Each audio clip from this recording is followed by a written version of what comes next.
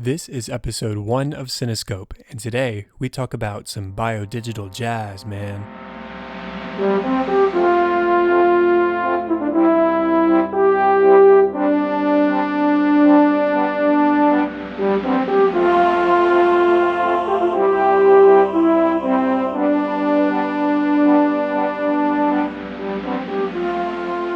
Welcome to Cinescope, where our goal is not to criticize or to assign ratings, but rather to celebrate the movies we love, exploring story, characters, music, and relevance to the world around us. I'm your host, Chad Hopkins, and returning after last week's successful test episode is Mr. Joe Darnell to talk about one of his favorite films, TRON Legacy. How are you doing, Joe? Hi, doing great, Chad. Thank you for having me back. Looking forward to many more to come. Definitely. We had a great week. There were some really good feedback from different people that I can really appreciate and get behind. You know, here starting off, it's really important every bit of feedback we get to help us explode in a way and get ourselves out there. So to that end, remember that if you want to help us get started, then posting a review and rating us on iTunes, and of course sharing it with people who may have similar thoughts or opinions to you, that's always going to be a great way to help us out and help me out as I get this thing off the ground. And remember, you can check out last week's episode 0 talking about Back to the Future, and you also get a little bit more of a background to me and to the show and to the show's title. And of course, you get introduced to Joe for the first time. Yep. Since this is our premiere official first episode, we are just going to jump right in here. Is there anything you want to say about this movie, Joe? We haven't introduced the movie. You want me to start? Yeah, go ahead. Okay. So we are reviewing TRON Legacy, and it is one of my favorite films, if not my favorite film. I know I'm being kind of biased. It's not purely based on merit. It's in part just based on my own personal entertainment values and favoritism, which I think all of us carry and bear when we go into the movies. We walk out of a film and know it's critically acclaimed, and we just don't care for it. And then you watch something else that, you know, some people like, some people don't, and you just think it's the best, and you can't wait to share it. And that's kind of how I feel about TRON Legacy. I know it has some critical acclaim, but I feel especially fond of this film. I've watched it many times, and I enjoy watching it with people new to the film and helping them to see it from a different perspective, if that means they can get any more appreciation from it. Yeah, and you speak to something really important to me, Joe, is considering beyond the technical or the perfection of the film. We talked about this a little bit last week, but film criticism is so much more than just the technical aspects. It's not something that's qualitative, I guess is the word.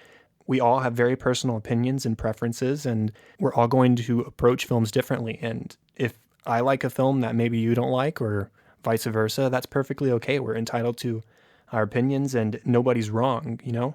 Oh, definitely. And that is something that has bugged me. I've reviewed a few, I don't want to say a few hundred, but at least 100 different movies over podcasts and blog posts and the like over the years.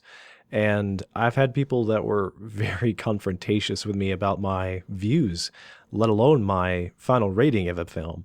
And I just wanted to say, well, it's just like your opinion, man.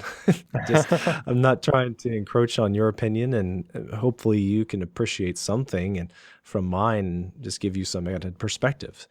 And I definitely have appreciated a good podcast discussion about a movie, not just for the insights they might provide. There's been a lot of podcasts where the guys know insider information. They know a lot about filmmaking, or they just know a lot about film. And they can spout off, you know, movie trivia that pertains to the movie that they are reviewing, and that's amazing. I love it when I can hear some people incredibly knowledgeable about the film industry, like my friend Clark.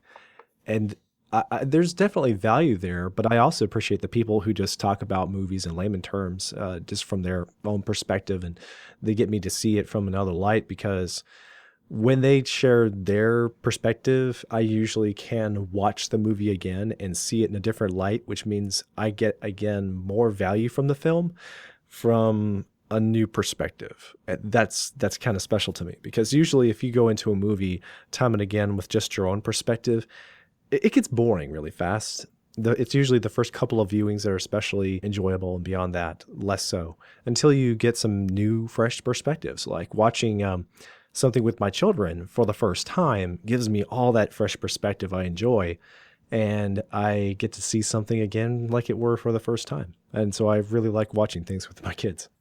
Definitely. And so let's go ahead and go over the stats of this. As Joe mentioned, this is Tron Legacy. It's not a super appreciated film. It does have its acclaim for visuals and whatnot, but was not always as acclaimed for its story. And so that's what we're going to dive in a lot here. It was released December 12th of 2010 and was directed by Joseph Kosinski, who went on to direct Oblivion, which is another of my favorite films. It was written by Edward Kitsis and Adam Horowitz. The musical score is composed by Daft Punk, the electronic group, with Joseph Trapanese, who also went on to score the Tron Uprising TV show and Kaczynski's Oblivion. And lastly, it does star Jeff Bridges, Garrett Hedlund, Olivia Wilde, Bruce Boxleitner, and Michael Sheen. So let's dive in. What was your first experience with this movie, Joe? It was while it was in theaters, and a friend of mine was a fan of the original film from the 80s. Neither of us were around and watching films and appreciating them when that film came out, but he was my friend Clark, who became a film critic early on, and he asked me if I wanted to go to the movies with him to catch this film. I didn't know that I would like it. I didn't know much about it. I didn't know much about the cast. I certainly didn't know anything about the director. He hadn't done many other things as a director. So it was really enjoyable to just be with my friends. So our wives joined us. We went to the IMAX theater, and I haven't been to the IMAX maybe twice since, just because this was actually a turning point, this movie, because this was a time that it was in 3D. And in IMAX, we were expecting a rich experience. Back in 2011, there was still a lot of skepticism about 3D, but we hoped that there would be advances that particular time, and that a film like this one, as high-tech and sophisticated as it was, known for its design characteristics, and known that there were several scenes filmed with IMAX cameras to take advantage of that technology and a better picture, that also it would excel with 3D, and it did not. So the downside was that the picture was a little darker, because 3D pictures in theaters with glasses on are just tinted a little bit. So already being a film with a lot of dark scenes, not a lot of light, and the fact that the glasses made it darker, that was kind of a dampener on the whole experience. But besides that, the sound system was amazing. The score in this film is fantastic. Agreed. Everything about the sound engineering is just a playground for the ears. And then on top of that, the IMAX picture was huge, and the definition is great. And just every cotton picking detail in this film that can be immense and epic and sophisticated and glorious in its own right is there. And then there was a decent story I enjoyed, and I enjoy a slower film. I was thinking about this earlier today. Not a lot of movies are slower paced anymore. Mm-hmm. And I see this across all genres. All the genres are influenced, trying to pick up the pace. Our best directors of our time are heavily influenced by this as well, trying to make faster cuts, faster scenes, and be less introspective, give the audience less time to chew on things. And that supports the growing number of people who have shorter attention spans. That's good for them. It's a win for them. And I certainly have enjoyed many movies that are fast paced, but I also enjoy slower films. So I noticed that right off the bat, that when I was getting sucked into this movie and its story, that I was able to appreciate and chew on the ideas a lot more than I am in most films now. So just that first viewing, I was brought to tears by the finale. And then the music in the credits, when they roll, it just impacted me profoundly. It's just one of the best tracks of any score I have. I love to listen to it all the time. Yeah, it sounds like we had a pretty similar first experience. I also saw it in theaters when it first came out. And like you did mention, the 3D wasn't the greatest. This was a year after Avatar came out, so everybody was doing 3D at this point. And being a darker film, you're right, it just doesn't work as well. Brave had the same problem with Pixar a couple years later. But in spite of that, the visuals are amazing. And the slower pace of this film, while some might find boring, I think it really gives you time to delight in the visuals and to really experience them and let them sort of wash over you while you're not being overly distracted by other aspects of filmmaking. You're just enjoying in the moment exactly everything that's on screen, the visuals, the music, everything along those lines. It's so great that this does move itself a little bit slower. But in that first experience, the visuals were pretty much the only thing I walked away with. And of course, I did buy the soundtrack at the time or shortly thereafter and enjoyed that quite a bit. But my opinion over time really changed once I saw Kaczynski's Oblivion. And that movie asked some very, very interesting questions and was also a visual spectacle. Oh, And after watching that and realizing, this is the same guy that directed that Tron movie, maybe I should revisit this and look at it from a different light. And so I did, and I have. And it's so interesting. First off, also in between those two viewings, I saw the original Tron movie. I hadn't seen it before Tron Legacy, but afterwards I did. And while the original is unique in its own ways and was technologically advanced for its time, for a kid born 10 years after it was made and not enjoying movies until 10 to 15 years after that, it wasn't something that really fit my appetite. But after watching the original Tron, you get to enjoy a lot of throwbacks to the original. In this movie, you get to see just subtle things. There's a track on this soundtrack called End of Line, yes. which is something that the main villain says at the end of his statements in the first movie. And the recognizers are just an updated version of the recognizers that we see in the original movie, which are the big archways that Sam is greeted with when he first arrives on the grid.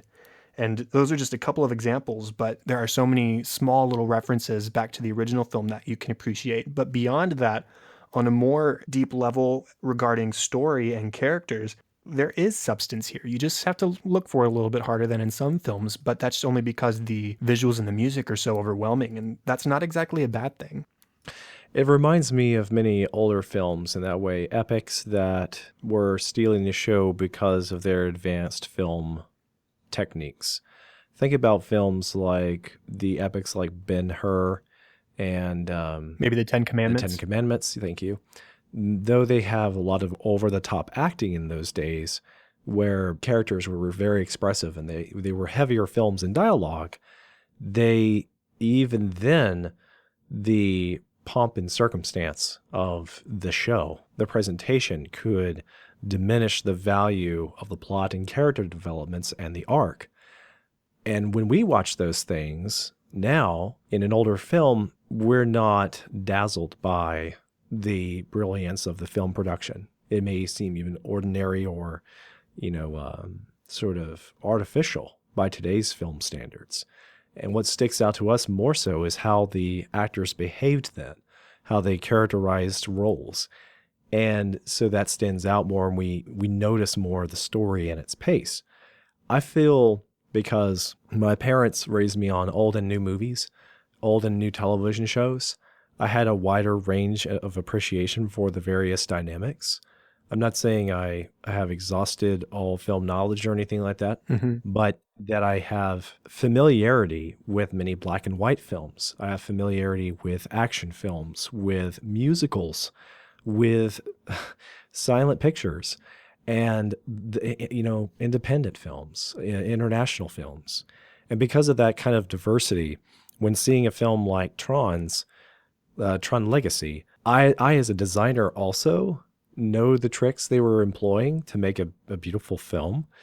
And right off the bat, I got absorbed by the plot and the character development.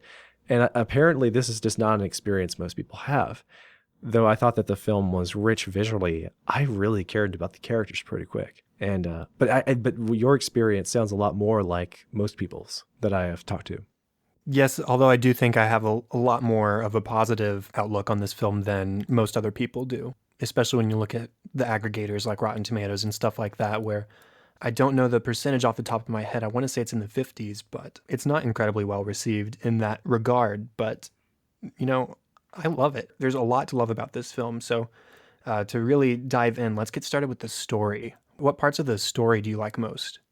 Well, there's obviously a sense of style that I enjoy, the nostalgia of the 80s, the way that they're characterizing Sam's boyhood in the beginning of the film. Uh-huh. I appreciate when they come to the present and then he visits his dad's arcade. I enjoy those moments where they go to the arcade. It reminds me of my childhood and going to arcades. And that's an experience I know most people are never going to have. And I can at least point to this and say, this, kids, is how we played video games. And it was awesome. And then you get into the Tron universe, and you're wondering the whole time, how does this have anything to do with Tron?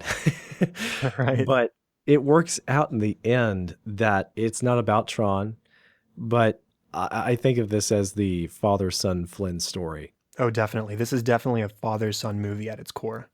I think where it really sunk into me how this film was special, the first scene that really gripped me was then when they revealed Jeff Bridges as the older man that he is at the time that they've made the film, where in the digital universe, his son comes to him, Sam, and meets Kevin, older Kevin, real Kevin in the digital space. Mm-hmm. And it's just moving. I know a lot of people, probably didn't get it, they didn't capture the emotions for them. But when father and son see each other for the first time after more than 20 years, Jeff Bridges is able to sell it very powerfully.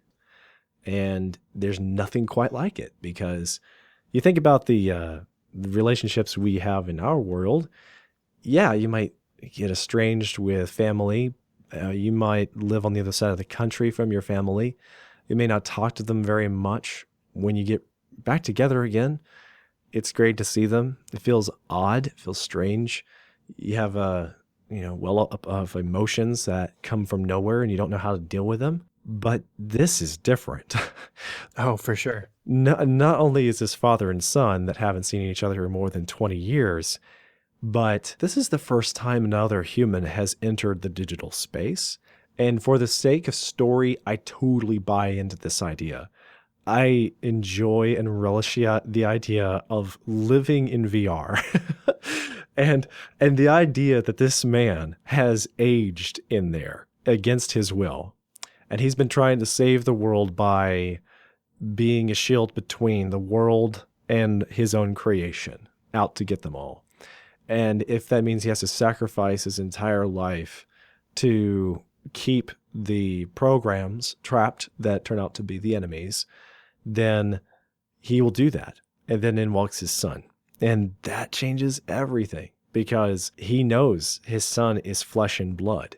He knows what a big deal it is that this other human being is in his digital landscape. And he's the only other human being that has ever been in this space. Just him, just father and son. I mean, there's so many ways in which that is just epic. It's basically like knowing you traveled into another dimension. It doesn't matter what dimension. It's epic just to think that you went into another dimension. And then 25 years later, unbeknownst to you, your son comes to the same dimension somehow. And no one else has ever done that. Y'all are the only pioneers in all of time. Right. I mean, that's really cool. It is really cool. And overwhelms me. And it provides one of the most powerful emotional moments of the movie, is that reuniting in his little hideaway base. Sam doesn't know what he's walking into. Cora doesn't really know what she's doing by reuniting these people. And when Jeff turns around, we never have visitors. We never have visitors. He turns around and he sees his son. And the first thing he says is, Sam. After all this time, after all he's been through, after all he's experienced and had to suffer through, the very first thing that comes out of his mouth is Sam, his son's name. And it's been 20 years and he hasn't missed a beat. And as the following scene goes by, he remembers little details. He knows exactly how old his son is. He knows how long he's been gone. He knows how long they've been separated. That's powerful. That's something that I don't think a lot of people give this movie credit for, is that, wow, this is a heavy emotional weight right here. And from there, it has a lot to do with the effects, the action, the visual trappings. But then I don't think that the director or the script ever lost sight of the heart and soul of the story. And you can see that coming through unexpectedly, I think, for an audience that is not counting on it, not aware of it. You may feel like the film is disjointed when you hear something like the bad guy getting very emotional. Clue gets very emotional and distraught. One great example is when he just like loses it when he has finally got into Kevin's secret home there on the grid. Right. And he's thinking back to when he was created and how, things went down. And he is overwhelmed by such emotion. He just like crashes everything off the table and yells. And all of his cohorts look at him like, what the heck is going on? Why is the boss flipping out? And he just laughs at the end of his little explosion because like he doesn't even know how to handle these feelings. But that's always there. That's always undergirding the film. And it's pretty cool. It's not as sophisticated in humor and expression as a Marvel action film, but it's still expressive in an introverted sort of way. Now, for me, the main story aspects, I have two written down. The main story aspects that stick out to me are first, just the concept of it all. The idea of a world that's full of nothing but creation and possibility. And that just blows my mind. I mean, basically, the concept of the grid is concept, you know? Yeah. It's this idea that everything and anything is possible. And even from there, it's not entirely what you create, it's what results from your creation. The ISOs are the example of that, where they're just a sort of happy accident on the side after what you planned produced something else. Yes. Yeah. And so I think that's fascinating, is just the concept of concept. Like, wow, that's on another level.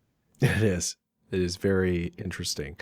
And it can get lost in the weeds of the film. Yes. The film itself, it feels very conceptual, like you said. And sometimes things are not really fulfilled. But in and of itself, it reminds me of real life. If these kinds of scenarios played out in the real world, as fantastic as they are, which is just not realistic, but if they could, there would be a lot of incomplete parts, a lot of things that don't add up. And there are whole subplots, like the one concerning a character named Zeus, that feel like they came out of left field and they go nowhere and they're disappointing and disillusioning. And a lot of people have frustrations with everything to do with that character as it concerns the progression of the story. But it also feels a little bit more true to life to me. It shakes things up. It is like the equivalent of having a bad day and feeling like it just came out of left field. That's what it was like for these characters. Shakes things up, but to no end. And I don't know, maybe I'm reading into things. Yeah, but I think we all read into things, into our favorite films. And I certainly won't stop because you tell me I'm reading into things. Right. Well, I mean, to that point, we all have our own individual stories, and we have a point A and we have an eventual point B, and whatever happens in between doesn't necessarily count as a means to an end. It's just sometimes this happens, sometimes this happens. Now, this particular event will lead towards our point B, but this particular event may not. And you're right, that's true to life. And that's not always what you want in a film, but I think it's done well here because Zeus is an enjoyable character. Now, my other story point that I wanted to mention is the sort of touches of Frankenstein, your creation turning against you, but the idea of not being afraid of your creation or not being afraid of the possibilities of creation. Because, as I mentioned a minute ago, so much good can come from creation, so much good can come from you building onto your ideas and putting that out into the world. And it's largely behind intent, where Flynn's character is built on creation for the sake of the betterment of humankind, whereas Clue's sense of creation is creating perfection, which is, as we find out in this film, unattainable as far as our creation goes. And also the idea that we are our creations. And again, that's mirrored from Flynn to Clue, where Clue, coded likeness utility, I believe, or codified likeness utility, he's the mirror of Flynn. And there's that moment at the end of the film where he says, you don't know that because I didn't know that when I created you. So the idea that our creations are parts of us, that we put our personality, our ideals, and our flaws into our creations, but that doesn't make them inherently bad. It just means that we grow over time. And so as we continue to create, so do our creations. I was going to ask you, what did you think of the characters? Which one stood out to you? I know this is something you're planning to get to, but I'm ready to go there. Okay, me too. Let's do it. I have our four main characters written down just because I think there's something to be said about all of them. So the first one I have is Sam. He's hopeful, he's confident and dedicated to his father's ideals, even though he hasn't seen him in 20 years. I mean, he makes his yearly visit to his father's company that he's largely been shut out of or doesn't want to be a part of, but he still sticks to his dad's idea. Our software should be free to the people, or stuff like that. Does that make sense? And he's the little boy just missing his dad.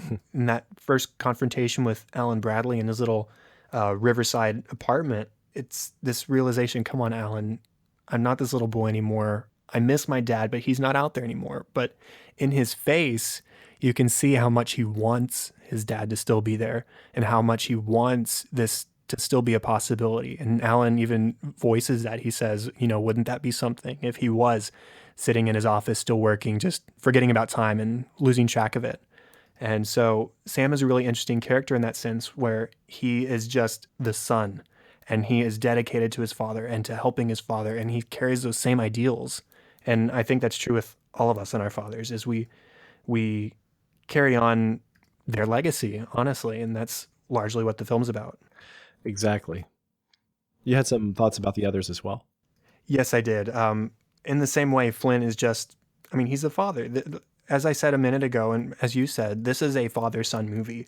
And so in Flynn, we get that loving father, we get the hopeful visionary, we get the wonderful stuck in the 80s dialogue of this guy who went into the computer program in the late 80s and never was introduced to the growing vocabulary of the times. And so he still says stuff like biodigital jazz, man, and I love it. stuff like that. I mean, he's just he's goofy in that way. And I think our dads can often be goofy in that way. Those turns of phrase they just still work, especially coming out of Jeff Bridges' mouth. It's funny, last week we talked about Back to the Future, and we talked about how it very much is a movie that represents those ideals of the 80s. And it's a very 80s movie in that sense. And here we have a character who's straight out of an 80s movie that's sort of in the same sense. Tron is like one of the ultimate 80s movies. And we have so many 80s moments, from his dialogue turns of phrases to the first time we enter the arcade, and probably the most 80s song of all time, Separate Ways by Journey, starts blasting. And it's just a fun little throwback in that way. There's another one, it's Sweet Dreams, plays after that, and it is also a great tie-in to the story. Both of them I have added to a playlist where they belong inside of the soundtrack, so I can just hear it all with those two pieces. A while back, I found an album that actually had every last piece of music in the film, and then some that was left out. And I got that copy that had all the Tron Legacy stuff. And I'm not sure why it was never officially released. It looked like the kind of thing that the music studio was planning to release. They went to a great deal of effort to prepare it for the market, but then releasing it was actually canceled. But for whatever reason, people actually made it available. And it's not like it fell off the back of a truck. I mean, this was actually available to the public. Like, well, we thought we were going to sell this, but we chose not to. Here it is for free. And I found it during that spell when it was available online, and I got it. And yeah, it's great. But either way, if you get any copy of the Tron Legacy soundtrack, I have strong feelings about the soundtrack, and it's always great to hear the Journey piece added to it. It's in so many epic ways, it really connects with the story. So what characters stick out to you? I have a couple more that I could talk about, but I'd like to hear your thoughts. I agree with you about Sam, and he is sort of like the everyman in that he doesn't have very distinct features, but he has a great deal of emotion that we can relate to as audience members. So we can definitely relate to him throughout the film, but he's not got so much personality that we feel different from him. And then it's still nice to see his own progression, how he eventually works things out with his dad in his own unique way. They make compromises and appreciate their different approaches. Of course, I couldn't say enough about Jeff Bridges' performance as Kevin Flynn. Unique that the man got to play the character such a long time ago, and with different direction. And it was a different time, the way that computers were thought of at that time. So different. Jeff was in a different place in his career, and the kind of performances, the opportunities he had were different than they are now.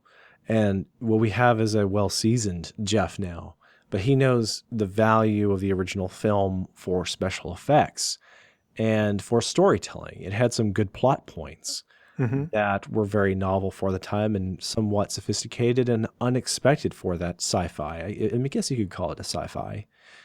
Even if you have your issues with the quality of the film and how it's aged, you can still appreciate its good side and what made it special. Oh, definitely. And don't get me wrong, I really enjoy the original Tron movie. I watched it earlier today. I can't say that I really enjoy it, but I do appreciate it. Well, in the same sense. I mean, it's Yeah. not one of my favorite movies of all time, but it's something that I could pop in every once in a while and enjoy watching Jeff Bridges run around in this skin-tight light-up suit. And it's just a fun movie, and how it is so representative of the time and the technological achievements that it represented at the time. And, what's cool about the original Tron, it was actually a large inspiration for John Lasseter in creating Pixar. Those animated sequences are largely, they showed Lasseter what you could do with animation, and it really paved the way for what would eventually become one of the most successful movie studios of all time. Yeah, it's funny that Tron Legacy has that relationship to Pixar, certainly. And that's the thing, is like some of the best films that have the most influence on film are don't get the credit. And this is one of those that really deserves a lot more credit than it gets. So returning to the idea of Jeff Bridges, I really thoroughly enjoy him. That being said, I have a hard time saying that I watch this film for a particular character. I feel like I appreciate the value of how well they mesh together. That Kevin Flynn would not have been as interesting without his enemy, Clue. Yes. And Clue wouldn't have been as interesting without Kevin. And even Cora adds a lot to Kevin, and Kevin adds a lot to Cora.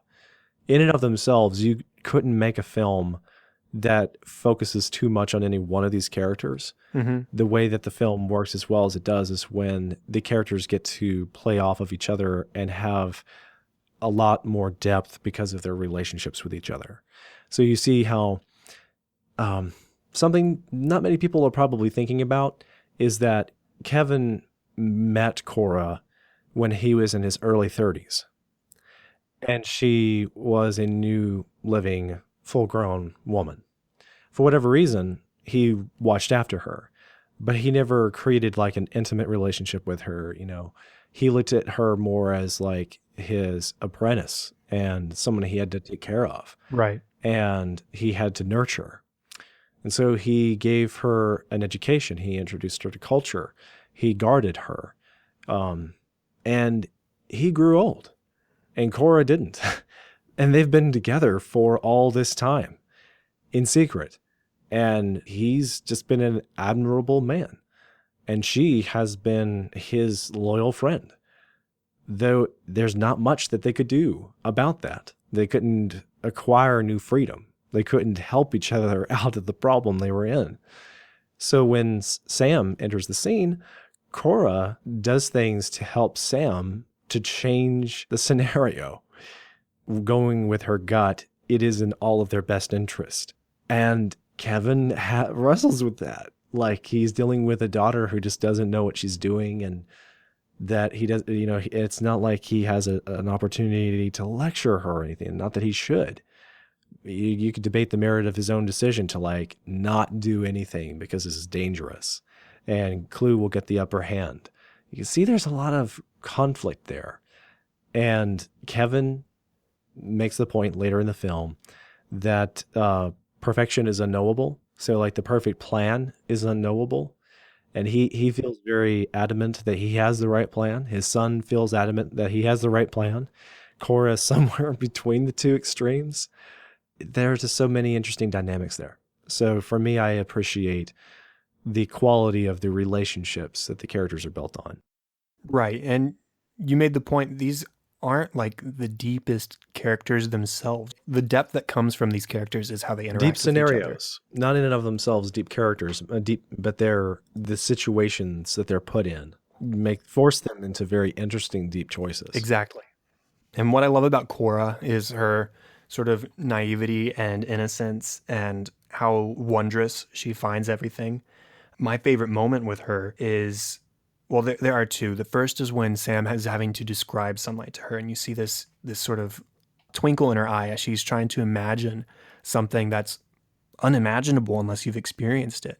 And then at the end of the film, we get to see her experiencing it, and the way she appreciates that differently than somebody like you or me would, because she's coming from a different place than you and I would. So I think that's really fascinating about her character. And as you mentioned with Clue, he is the embodiment of our creations. They do what we tell them to, and he's a very good example of a villain who's doing the wrong things for the right reasons. It's something he believes in. He thinks he's doing right. He was told to create the perfect system. And so everything he does is fulfilling his purpose, his vision of the purpose. And that's something that a lot of movies do, but don't always do as well. And I think what makes it work so well here is that he is literally the mirror image of Flynn. He's the opposite of our hero. And I think that that really makes that character sort of pop and makes him more understandable as far as his intention goes.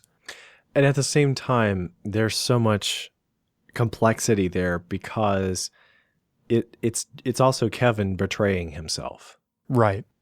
And that is what's wild about it, is that Clue is just his younger self, slightly younger self, betraying his present self. And that is so unique. And again, it's not like the film does something really jazzy in a very sensational sort of way to give it added depth, like say Christopher Nolan's Prestige, where you get with these characters portrayed by Hugh Jackman and Christian Bale in such a profound way, like, oh, these magicians, they're just competing with each other, but they're ready to kill each other. And look at the lengths that they'll go to. You don't get that kind of appreciation from these characters in this film, but if you actually stop to think about what they're going through, if you stop and think about what they are doing and how epic it actually is, it is pretty epic. And so the film does not diminish my appreciation for that observation, that how you ever, stop to think about, like, how would you deal with your younger self? How would you deal with your older self? You imagine like having a conversation with your 12-year-old self. What would you tell him? And what would you like him to tell you? It's interesting. The fact that you have changed. A lot of people say people never change. No, we all do. We change really fast too. And because we now live in the moment, we don't even recognize just how much we've changed. And that's where I see this is kind of fun. That Clue is just arguing with his future self, and vice versa. Well, cool. Let's go ahead and move on to the music. And there's so much to say here with the music.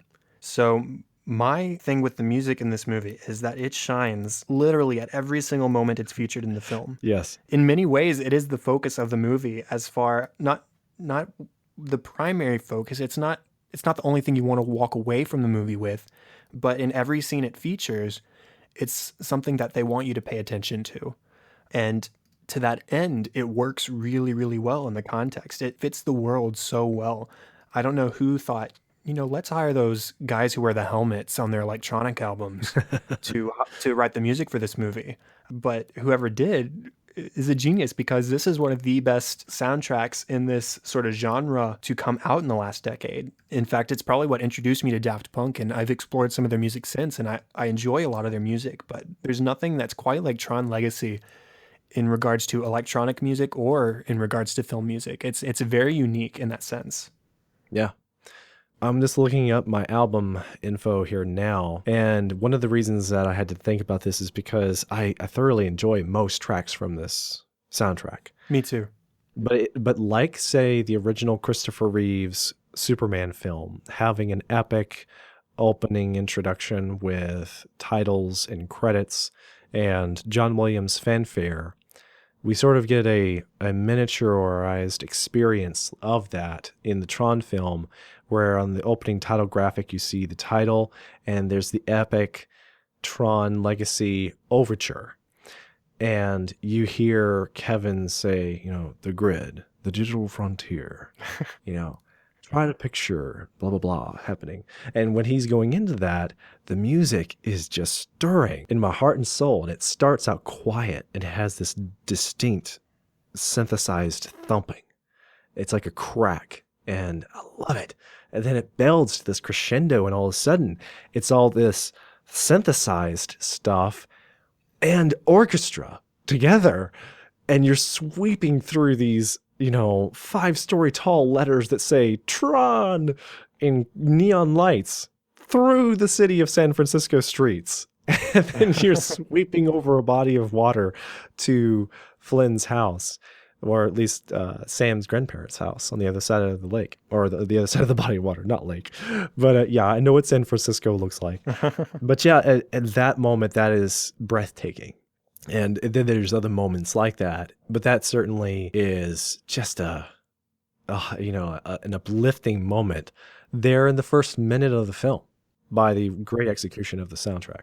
I think the opening titles for this movie are perfect. Like, literally, they set up the movie so well.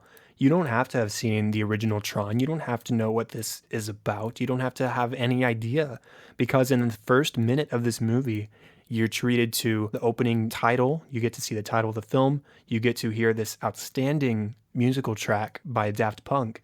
And you get to hear this really very informative and entertaining narration by Jeff Bridges talking about what the grid is and what his concept for the grid was and what did it look like. And as he's talking, the visuals are unfolding, and you go from seeing lines to seeing outlines of cities, and it expands from there. And all of a sudden you're looking out at this full cityscape, and it's a really great moment. And I think definitely one of the more well set up opening sequences of any film.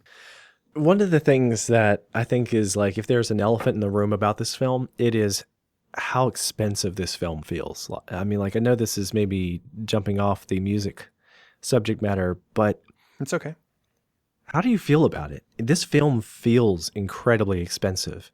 One of the things I remember learning about the production was that usually a film production has various different special effects studios and animators working on the film, different studios collaborating, stuff done in-house, with collaborative teams, and then a director overseeing all the different, bits and bobs that the different people are working on. And then he is casting the vision. They have the conceptual art to guide the style he wants to present. Well, they did something different with Tron Legacy. As much as they could, they basically put all of the designers and the CGI artists and special effects visual designers in the same space.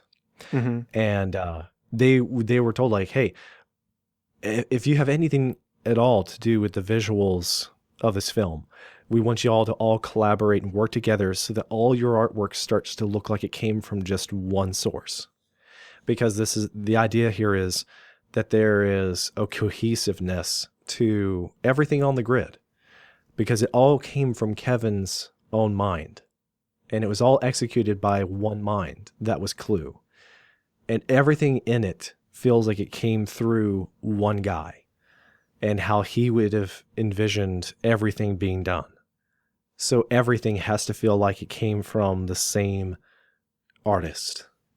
And if you think about that, and then the complexity of this film, there are so many layers to this, and it's well executed. It's different from other films in that way. And the effects are outrageous. We haven't even talked about the fact that Clue's face isn't even real. It's a digital copy of a younger Jeff Bridges. And it's not perfect, but I've watched this film 50 times and I don't even feel like he looks CG anymore. Like at first when told, yeah, that's not a real face. That's computer generated. I think that my brain just interpreted what you're seeing is not real. It never is. But then over time, suspending my disbelief, I'm actually kind of impressed. I'm like, it's not perfect, but it's really good. Yeah, I mean, I think all of the effort that they put into the visuals of this film definitely paid off. Where maybe the 3D didn't always work, everything else works 100% all the time. Everything from the design of the grid, the effects of the light cycle races, and I mean, wow, the ending sequence when they're flying, it's air cycle races. I mean, that's so cool, and it all Hmm. looks so good. And it's definitely consistent throughout the film. So I think every bit of money and effort that they put into the effects and the expensive lookingness, I guess you could say, of this film definitely paid off. So back to the music. I just had a couple of specific tracks and moments that I wanted to mention. There was Recognizer, which I think is extremely effective in sort of announcing Sam's arrival to the grid, and it's immediately apparent that he's in somewhere new and somewhere different. And it's not just because of the visuals, because technically at that moment, it looks like he just stepped out of the arcade. It's the same building design, but the music and then all of a sudden the recognizer itself descending upon him really sets up that you are in a different world. And for the rest of this movie, you're going to be in this visual landscape that's so well done. The only other one that I wanted to mention as far as its use in a scene is Flynn Lives, which is the ending finale track at the bridge right before Sam and Cora go back to the real world. And that's when Flynn reabsorbs Clue back into himself. And it's just this really powerful moment because you get the communication across the bridge between Flynn and his son, and you get the emotional stuff from Clue as well, who is just trying to fulfill his purpose. He's still continuing to try to fulfill his purpose as he's trying to cross the bridge and enter the gateway with Sam and Cora. And seeing all of the emotion that's happening in that scene, and watching how Sam stares back at his father and Flynn stares back at Sam, and how Clue is just trying to do what he was made to do and is unable to do that. Plus with the music building behind them, it's a very well done track and scene that work together. And then I just have a couple of sort of honorable mentions. End of Line and Derezzed are probably the two tracks on this album that are most like Daft Punk's traditional stuff because they Yeah. are played in a club and they are that kind of music and they're Yeah. very well done. I think both of those actually have music videos and they're just fun club songs. And at that point in the movie, you actually get to see Daft Punk in the window acting as DJs. So that's a fun little tidbit while watching. They were responsible for their own costumes. If the story is true, they arrived on the set with their own costumes Oh, that's great. and they were used in the film. And then one more, Solar Sailor, which is just peaceful, and it's like the perfect track on this album that's a mix of traditional orchestration and electronic sounds, and they meld so well together. There are other tracks that do the same thing, but I think it's most apparent here, and it's just a pleasant listening moment as they're flying through the sky towards the portal. I couldn't agree more. It'll also put you to sleep, but it's just so well done. Okay, lastly, let's move on to stuff we've already hinted at quite a bit, so this won't take long. But the themes and the relevance of this movie. What do you take away from this movie, Joe? On a personal note, I have a very deep appreciation for the father-son dynamic in the film, Same with me. but also with the aspect of a person and his relationship with what he creates. That, he's trying to foster a great relationship with his son, but he also has his work, and his work is consuming him. That's not an original concept in films these days, but the way in which it's executed in the film is really moving to me. Can't be for a lot of people I know. I just relate to it. I don't know why I sympathize with Kevin as much as I do, but I can't imagine the weight of the world that he is experiencing in his own right, and just feeling torn to pieces, knowing that his whole life has been dedicated to this thing that turned against him, and so he's going to do everything to go down with his ship, and it's going to take a lifetime of sinking to go down with his ship. And then his son comes along and changes everything. That's really moving to me. The level of maturity the character faces off at the end, the way in which he bravely faces his own sacrifice, which I wasn't exactly expecting because of the first film. And I appreciate sort of the echoes of Christian analogy, whatever you want to call it, where there's this sacrifice made for those you love. And in the biblical sense, it happens where the son dies because it's what the father wills for the whole scenario to take place. And here we have the reversal, that the father wants to die so that the son is saved. It's just unique. I appreciate then that his son, walking around in the real world after he escapes from the digital one, is carrying a dog tag that's essentially an SD card backup copy of his dad around his neck. Mm-hmm. And that's how the film ends. I mean, I'm sure that was promise for a sequel. My mind just raced with the possibilities of what a sequel could look like. I just liked the concepts they had introduced, thematically wise, involving sacrificial love. Good ones, very good ones. I know that these have been touched upon in many films, but none of them have taken on this particular interpretation. Yeah, I agree on all counts. The father-son relationship is definitely, I think, my biggest takeaway from this movie. I mean, I'm not a father, but I do have a lot of love for my father. And so from that perspective, I can't imagine being apart from my father for that long, only to have to say goodbye again in such a dramatic way a day later. And also beyond the father-son relationship, I also walk away with the idea that perfection is unattainable in the things we create, but it can be found in the people we love. And for the people we love, sometimes we need to make sacrifices. And those concepts together, wrapped in one, father, son, people we love being perfect for us, and then making sacrifices for those people we love. I think those are the biggest takeaways as far as story and theme go for this movie. It also comes through with Korra, with the particular understanding that it's taking oneself out of the equation. Right. And I thought that was well done as well. I really liked how they demonstrated that with her character in her own naive sort of way, but still very useful as a device when it came along. Then TRON ends up doing sort of the same thing himself, not as poetically and not as thought through, because he has to move quickly. But when he does make the switch late in the film, his sacrifice is felt. You don't have to see the original movie to understand his sacrifice, but having seen the original movie, TRON plays a much more prominent role. He is the protector of the grid. That's why he was created. He was created by Alan Bradley to protect the grid. And to see him finally die, essentially fulfilling that purpose, is a great moment towards the end of the film.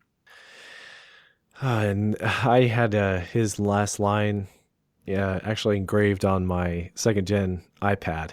I fight for the users. That's excellent. So do you have any brief final thoughts, Joe? If you've already seen this film and you fell asleep during the film and this podcast, I won't hold it against you.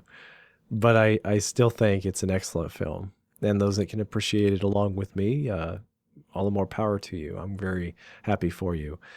If you watch it just because Jeff Bridges is in it, that's not a bad reason either. Or if you just watch it to enjoy the concert that is the music, or just get the soundtrack. Maybe you don't have the movie, but you can still listen to the soundtrack while you work at your desk. It's really good for that sort of thing. Yeah, I'm going to echo basically all of that in my final thoughts. And basically, bottom line for me is it's an underrated film that has substance beneath the spectacle if you look for it. But the spectacle is also really, really good. You don't want to sacrifice one thing for another while you watch. You need to really experience all of it. Look for the substance, but enjoy the spectacle. Enjoy the concept, the execution, the music, and then all the little character moments that all really work together to create a film that wasn't as well appreciated and as well acclaimed as it should have been when it was first released. I'm curious to see if Joseph Kosinski has any more surprises for us in the future. I was looking him up earlier today, and he does have a film scheduled for release next year called Granite Mountain. And I don't really know a whole lot about that, but it does star a couple of recognizable names such as Taylor Kitsch and Miles Teller and Josh Brolin and Jeff Bridges returning. And like I said, there's not a whole lot of story details, but that's just something to look forward to after two great cinematic efforts from him so far. I'm disappointed that they're not going to make a Tron Legacy sequel, but given how the money matters work, I understand why they didn't come through on that sequel. They got their schedule full with all the other Marvel Universe films at Disney. They just didn't have any time or budget to make this one too on top of everything else. Yeah, that's one of the news items from the past year that disappointed me most, was that the planned sequel for this movie was canceled, and it's a shame. I hope something happens somewhere down the line. I think Garrett Hedlund joked that maybe it'll get made in 30 years, of course referencing the fact that it was nearly 30 years between the first two films anyways, but hopefully eventually at some point, hopefully not 30 years from now, we will get another Tron movie, because both have their own merits and are definitely enjoyable movies. And with that, we wrap up our discussion on Tron Legacy and our first official episode of Cinescope. Episode 0 was sort of a test to gauge reception and to garner feedback. And since all of that was pretty positive on the whole, and we got some good words from people, this is definitely something that's going to be continuing. And you can look forward to episode 2 next week, when TJ from last week will actually be coming back to talk about his favorite movie. Just a couple of reminders. Contact for the Cinescope Podcast at facebook.com/Cinescope Podcast or at Cinescope Pod on Twitter. Remember how important it is to rate and review on iTunes. That is such a big help here in our starting episodes to get us discovered by other people. So rate, review, and if you enjoy it, also share. Remember to email feedback and ideas to the Cinescope Podcast at gmail.com. And also contact me about co-hosting. If you have a movie that you like, that you think you could talk about for 45 minutes to an hour, email me, because I would love to have you on the show to talk with you. Joe, do you have any plugs or anything you'd like to say to the people out there who'd like to find you? Sure. If you want to talk to me about movies or anything else, find me on Twitter. I am JCS Darnell on Twitter, Joe Darnell. And I think that'll do it. If you want to check out my other podcast, it's called Top Brew, and it's about coffee. And yes, I have talked about coffee 69 times for that podcast. Each episode a little bit over half an hour. Your sweet coffee podcast every week. And as I mentioned last week, I've listened to all the episodes of that podcast. It's great if you're interested in coffee in any respect. Definitely give that a listen. To find me personally, you can find me on Twitter at Chadadada, CHADADADA. And you can also find me on Facebook at facebook.com/chad.hopkins. Now, all of these show notes and contact information can be found on our website at thecinescopepodcast.com. Thank you all for listening. Thank you, Joe, for joining me again. My pleasure, sir. And we will be back next week with TJ for episode 2. Thank you.